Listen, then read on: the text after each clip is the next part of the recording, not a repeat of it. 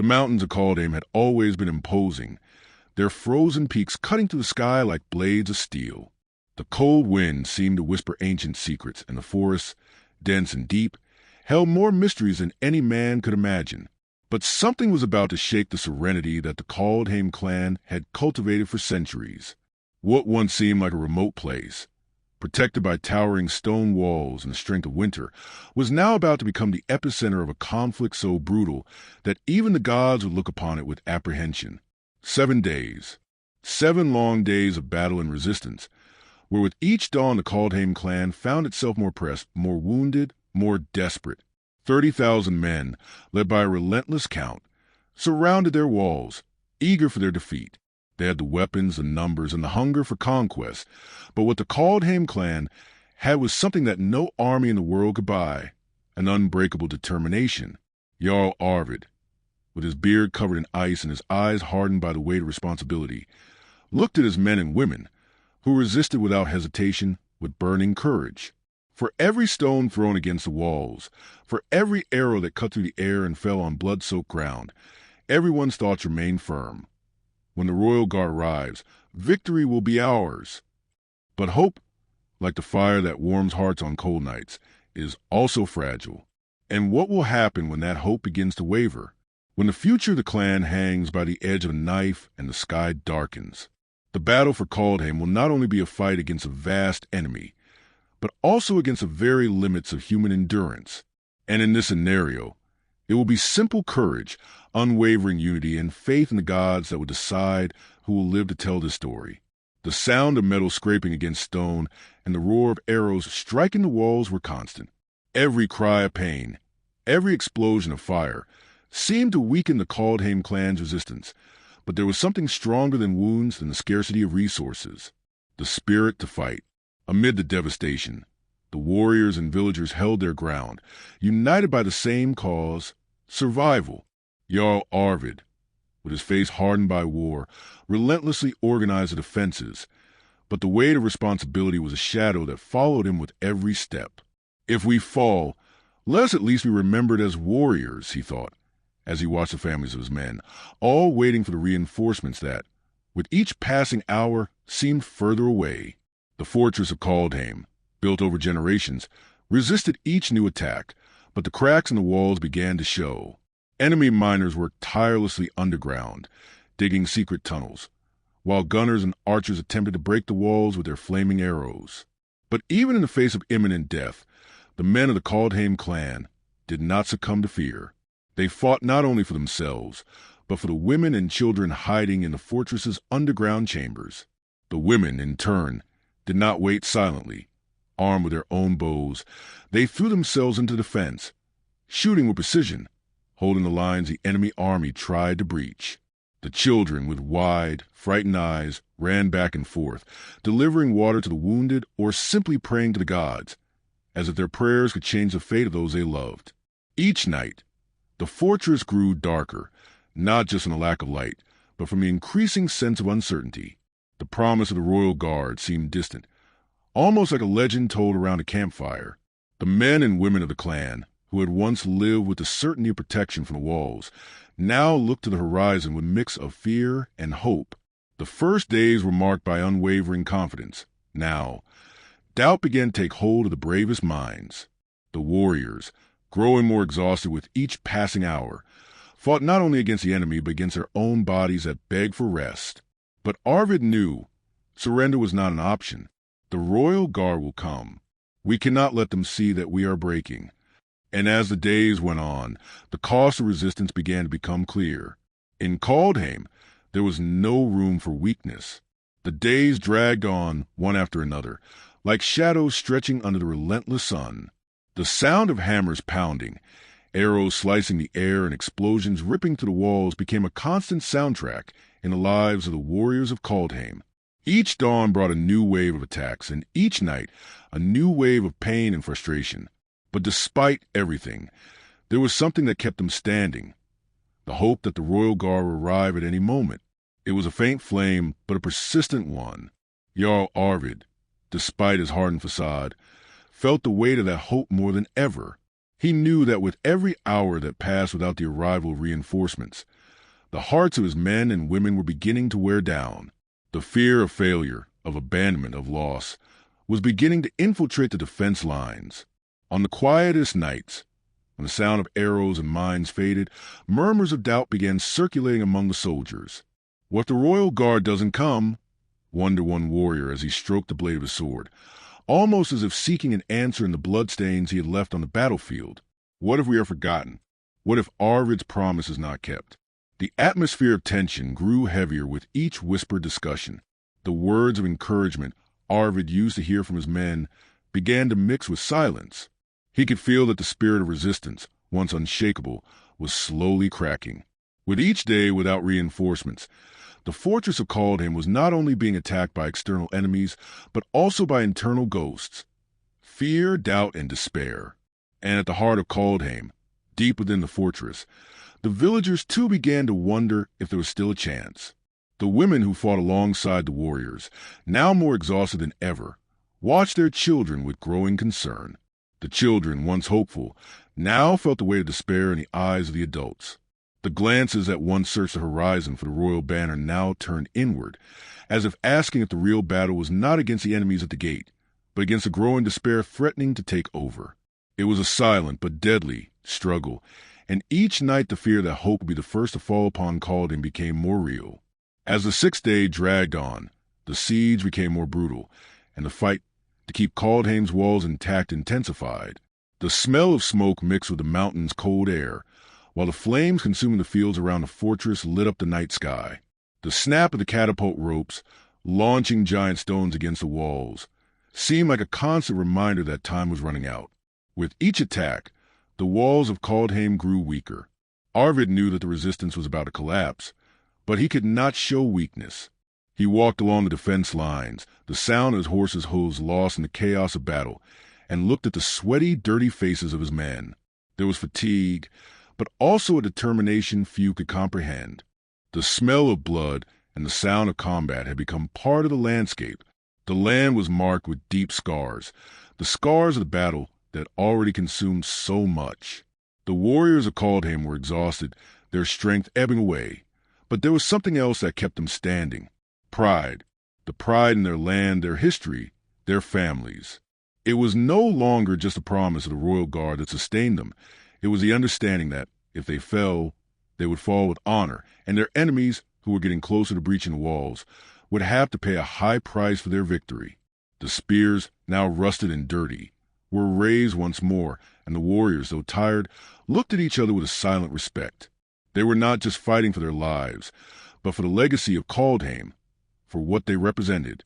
But while the men held their ground with every fiber of their bodies, the rest of the clan was being consumed by uncertainty. The women, those who were the invisible foundations of the fortress, had prepared a final underground refuge, a place where the children could hide, away from the invaders' cruel eyes.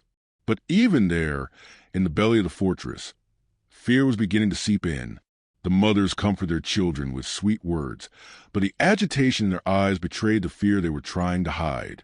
The elders told stories of times past, trying to keep the morale of the people high. But the stories that once filled the room with pride now sounded like mere echoes of a time that no longer seemed possible. And as the clan waited with heavy hearts for the royal guard to arrive, a snowstorm, which seemed symbolic of the internal struggle they were waging, descended upon Kaldheim. The biting wind from the mountains, mixed with the snow that blinded the eyes, made everything even darker. The resistance, already on the brink, now faced the elements that for centuries had been Kaldheim's greatest allies.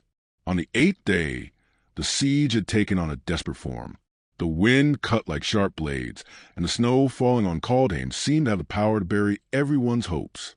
The fire, which had once warmed the hearts of the warriors and villagers, now struggled to keep the flames alive in the relentless winter. The enemy catapults were closer, and the mines dug beneath the walls were now an imminent threat, about to explode at any moment. The knights and archers of Kaldheim, who had once resisted with bravery, were now on the edge of collapse. The fighting spirit was intact, but the bodies no longer responded as before. Arvid, always firm, began to realize that his men were as tired as he was. The promises of reinforcements seemed like a distant echo, and the words of encouragement that used to come easily from his mouth were becoming rarer.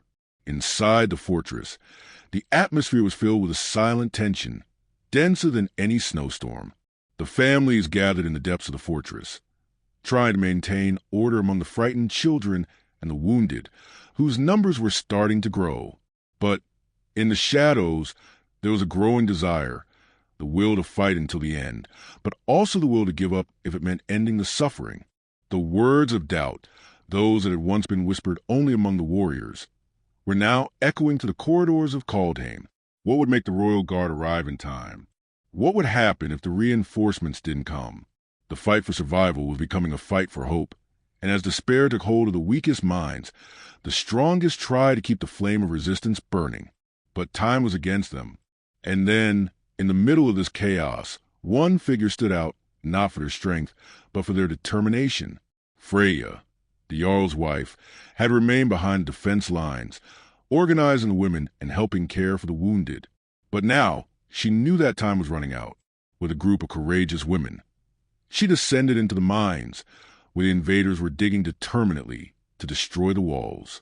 Armed with whatever they could find, they knew the battle would not be won with swords and spears alone. It would be small actions, acts of courage, that could turn the tide. Freya was not just Arvid's wife. She was a warrior in her own right, and in her heart burned the same flame that kept everyone fighting. Alongside her, the women of Kaldheim were about to do the unthinkable, and perhaps this desperate action was the only chance the clan had to reverse its fate. The days were growing colder and more interminable. The snow, which had once covered the mountains of Kaldheim like a white mantle of purity, now seemed like a cruel reminder of the never-ending struggle. The fortress, which had withstood the rigors of the elements and threats for generations, was beginning to succumb to the constant pressure. The walls, once strong and impregnable, now seemed to give with every new impact of the stones hurled by the enemy catapults. The fissures were visible even to the most battle-hardened warriors, who tried, with their last strength, to keep the defenses of the clan intact. Each blow that struck the walls felt like a blow to the heart of Kaldheim, and the men who once fought with courage were now fighting against the feeling that they were losing, that the weight of the world was on them, and that the chances of victory were quickly fading. Arvid, standing before the broken wall, looked toward the horizon, waiting for the royal guard to arrive. But what he saw was not an army approaching. What he saw was emptiness. Silence was the most treacherous enemy of all, more than the arrows and catapults. He knew his men, he knew the strength they had, but now what haunted them was doubt, not just about the arrival of reinforcements, but about their own ability to resist. Are we fighting for nothing? Are the stories of our victories just legends told by elders who never knew the true way to battle? He thought. Arvid, the indomitable leader, felt the guilt pressing against his chest. He had promised his men that they would resist until the very last moment. But what if that last moment was now? What if the fortress of Kaldheim was no more than a memory, a flame dying before the overwhelming strength of the enemies? He knew the answer to these questions didn't come from the strength of swords or bows, but from the strength that still remained in his people. And yet, as the flames of battle still burned brightly, desperation began to infiltrate their hearts. Inside the walls, the clan's resistance was becoming increasingly desperate. The provisions were running out, the arrows were beginning to dwindle, and the wounded could no longer be treated the same way. Many men, weakened by exhaustion and wounds, were beginning to succumb to hunger and fear. But amid this, an unexpected force emerged. The women, who had proven to be the true guardians of the fortress, began to infiltrate the defense lines, leading groups of warriors who were still able to fight. They were not warriors in the traditional sense of the word, but their courage was no less than that of the men. Armed with axes, makeshift spears, and even the tools they used to care for the fortress, they were willing to risk everything for the survival of their families. The leadership of Freya, Jarl Arvid's wife, was becoming more and more visible, and her words, spoken with the same conviction as any great commander, began to inspire the weary warriors. "We will not die here," she said, her voice hoarse from the effort. "If our resistance is no longer in swords and arrows, it will be in courage. Let us fight until the end." The children, meanwhile, with their wide, Scared eyes no longer saw war as just a story told by the elders. They ran through the halls, hiding in the safest corners of the fortress, but they also helped wherever they could. They carried food to the warriors, cared for the wounded, and saw themselves, no matter how young, as an integral part of this titanic resistance. In moments of silence, when the echoes of mines and catapults faded for a few seconds, the voices of the children praying to the gods could be heard in the corners of the fortress. They weren't just prayers, but a silent cry from those who still believed, a cry that resonated in the hearts of the adults.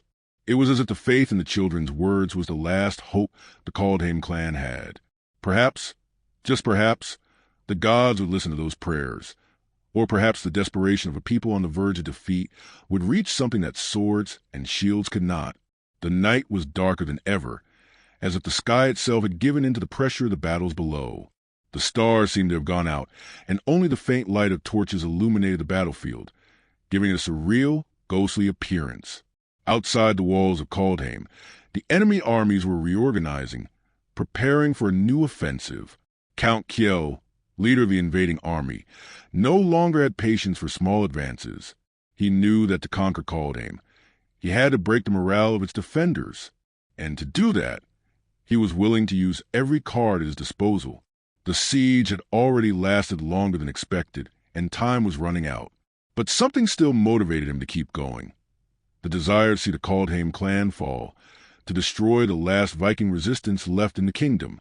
Inside the fortress, the sound of metal being sharpened and the spears being raised was a reflection of what was happening in everyone's minds.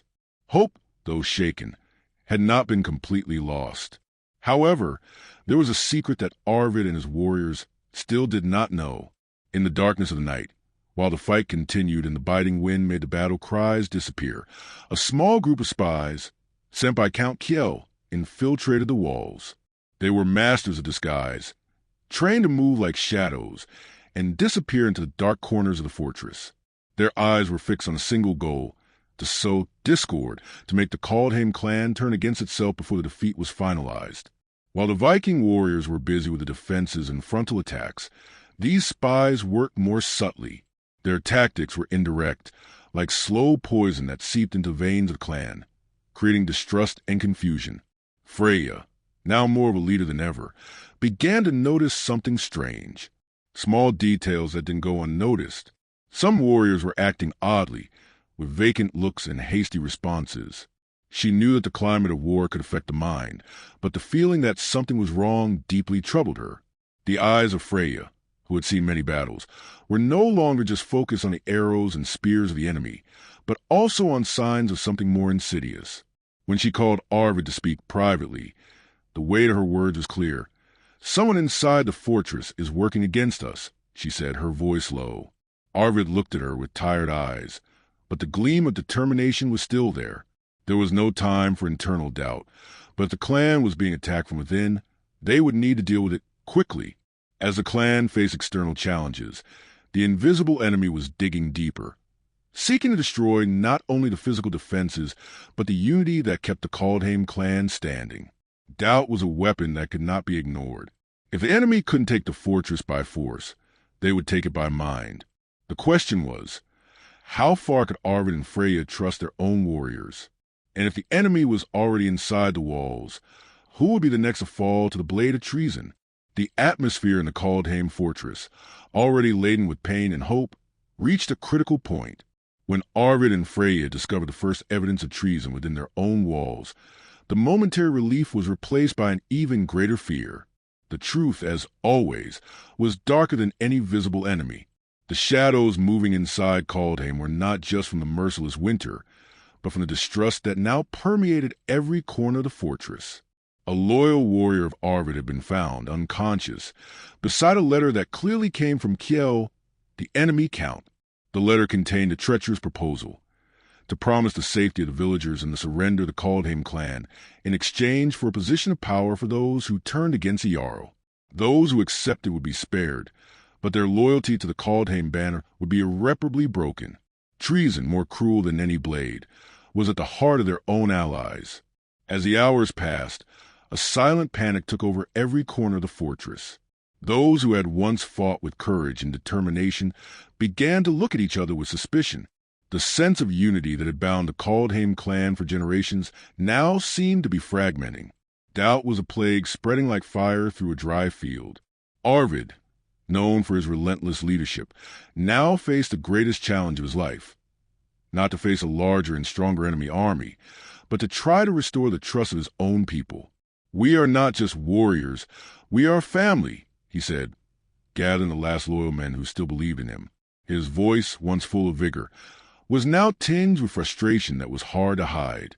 He knew that the only way to win this war was to fight on the deepest level, not against a visible enemy, but against a treason that was eating away at the very foundations of the clan.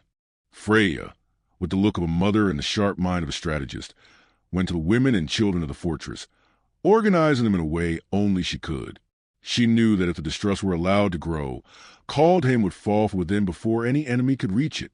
So she began to do the impossible, restore unity, using her own words and actions as a symbol of what the clan could be when united. With each battle, the heart of the clan had been refined. But now, more than ever, Kaldheim's strength depended on the cohesion of everyone, on loyalty to Jarl, to their land, and to their people. The women began to patrol the halls, watching closely those who seemed to act strangely. In a secret meeting, the matriarchs of the clan discussed how they could save the clan from itself. But there was a great dilemma. Would it be too late to confront the treason? The siege was nearly complete, and every minute that passed brought them closer to collapse. As treason spread, the last resistance of Kaldheim was taking shape. The battle would not just be external, but internal, a fight for the survival of everything the clan had worked for over generations. Kaldheim, with its walls now threatened from both inside and out, found itself facing an enemy more insidious than any army. This was the moment that would decide whether the clan would stand or be consumed by the darkness of treason. And in the middle of it all, the question that echoed in everyone's minds was simple, but terrifying. Who could be trusted now? While the walls of the Kaldheim fortress seemed to be crumbling, and treason ran like poison to the veins of the clan, the figure Thorvald, one of Arvid's oldest and most loyal warriors, remained a rock amidst the storm. Thorvald was not a man given to words or grand gestures. His strength was in his silent presence, in the penetrating gaze that swept across the battlefield, in the arm that never failed to raise a sword. He was a man of few words, but his deeds in combat were remembered with reverence by all. His body, marked by the scars of countless battles, was a reflection of his life of fighting. But there was something even deeper in his soul, loyalty to his people, to his Jarl, and to the land that had given him life. With treason eroding internal trust and the enemy's siege growing ever closer, Thorvald knew the decisive moment was coming, and he was willing to do whatever it took to ensure the survival of the clan. When doubt took hold of the walls and rumors of treason began to spread, Thorvald stood firm, but something inside him changed. He knew that Arvid's words, even filled with courage and wisdom, would no longer be enough to unite everyone. The division of the clan was happening, and it was more dangerous than any enemy's sword. One night, when the snow was falling heavily and the wind howled through the cracks of the fortress, Thorvald approached Arvid and Freya and, with a serious look, said, "If this clan falls, let it at least fall with honor. We can no longer wait for others, not for the royal guard. The last chance is now." Arvid looked at him with a worried expression, for he knew Thorvald was about to propose something drastic, but he had no choice but to listen. "Are you saying we should attack?" asked Arvid. Thorvald shook his head. "No, we need to give them something stronger than our spears. We need to give them hope." Thorvald's response was an audacious and desperate strategy. He suggested that the most loyal warriors under his command would leave the fortress gates and strike the enemy army, not in an open battle, but in a distraction strike that would make them believe the reinforcements had arrived, forcing them to retreat for a while. Thorvald knew it was a suicide mission. They no longer had the strength for a real fight, but if they could deceive the enemy enough, they might gain crucial time to reorganize their internal forces. He knew many would not return. The battle was already lost, but one man's sacrifice could mean the chance to save everyone else. And with that in mind, Thorvald led his warriors, taking them on a mission none of them knew if they would survive. The night fell over Kaldheim like a shroud of death, and the silence before the attack was heavy, almost palpable. The enemy troops were preparing for another attack at dawn, and it was then that Thorvald and his warriors would leave through the gates. Thorvald's hands, which had wielded a sword all his life, now gripped the hilt with cold resolve. He felt no fear, but he knew this was the final act of his life. When he looked at his men, those who had followed his orders through the years, he saw the same spark of loyalty that he himself felt. It was not just a fight for Kaldheim, but for everything they were, for everything they had built together. The mission began with a war cry, as Thorvald's warriors advanced quickly, like shadows in a snowstorm, attacking with ferocity and speed. Confusion quickly took over the enemy camp, and for a moment, the invaders believed the reinforcements had arrived. But at the height of the attack, when the sun began to rise, Thorvald's true sacrifice was revealed. He knew he wouldn't return. His last action was to lead his men to the center of the enemy camp, where he alone faced a horde of soldiers, cutting a path for his warriors to return to the fortress. He did not fear death, but he was certain his last battle would save those who were dearest to him. His sword, soaked in blood, cut through the enemy lines, but his movements were slowing, his body exhausted from the relentless fighting. When he finally fell, he did so with the honor of a true Viking warrior, and the echo of his last battle reverberated throughout Kaldheim. The next dawn arrived with the color of blood. The sky over Kaldheim, once covered by the dark clouds of battle, now opened to reveal a pale and cold sun, like a reminder of the fight still to come. Inside the walls of the fortress, the Kaldheim clan found itself in heavy silence, a silence of respect and mourning, but also of renewed determination. The news of Thorvald's sacrifice, the silent hero, spread like wildfire, igniting the hearts of those who remained. His last words, spoken in the shadows of death, echoed in everyone's minds. No matter how long the night is, the sun will always come. And so, the clan's final resistance found its strength in Thorvald's spirit, in the sacrifice of a man who did not bow before death, but rose with honor until his last breath. Freya, alongside Arvid, once again gathered the remaining warriors, men and women, all united under the Kaldheim banner. The treason that had threatened to break the clan's unity had been confronted and defeated, not by the strength of blades, but by the strength of character. The true power of Kaldheim lay in its courage, in its ability to rise when all the winds seemed to blow against them. Freya looked into the eyes of every warrior who remained, and she knew that the battle would not be won just with swords, but with the unwavering faith in what they represented. "Thorvald did not die in vain," she said, her voice firm and clear, cutting through the heavy silence that enveloped the fortress. "He gave us the chance to fight, and now it's our turn to honor his sacrifice. Let's show the world who we are." The siege was still ongoing, and the threat of Kjell and his army remained strong. But now, instead of seeing themselves as a lost clan, Kaldheim saw itself as an unbreakable fortress, where every warrior, every villager, felt that their struggle had a greater purpose. The heart of the clan beat stronger, and their hope reignited like a flame that, even in the darkest nights, would never go out. With Thorvald's strength etched in every movement, Arvid commanded a final offensive, no longer to resist, but to advance, to reclaim the lost pride and destroy the enemy that dared to underestimate the strength of a united people. When the battle finally reached its climax, it wasn't the number of warriors that determined the course of the fight, but the quality of the Viking spirit. With their last remaining strength, Kaldheim advanced and broke the enemy's siege. Thorvald's death, as painful as it was heroic, was not in vain. He had given everyone the strength to fight, to maintain their honor, and in the end, it was honor that led to victory. Kjell's army was finally defeated, and their attempt to conquer Kaldheim failed. The clan, though marked by the pain of loss, rose again, stronger and more united than ever. When the last enemies fell and the sound of battle ceased, the survivors of Kaldheim gathered in the main square of the fortress, looking up at the sky. Thorvald's sacrifice and the valor of all the warriors in the clan would be remembered for generations. Kaldheim had resisted, not for its military strength, but for its indomitable spirit, and the legacy of that sacrifice would be carried in every generation born there. The battle was won, but Kaldheim's true victory was the immortal strength that bound them, stronger than any siege or betrayal. And as the sun finally rose over the mountains of Kaldheim, Jarl Arvid knew that the true strength of his people was not in their swords, but in the soul that never yielded. The true battle, he thought, is for the courage to live to see the new dawn. And with that, Kaldheim prepared to face whatever the future brought, knowing that as long as there was courage in their hearts, they would never be defeated. Did you enjoy the story? Subscribe to the channel and activate notifications so you don't miss the next epic sagas. The journey continues.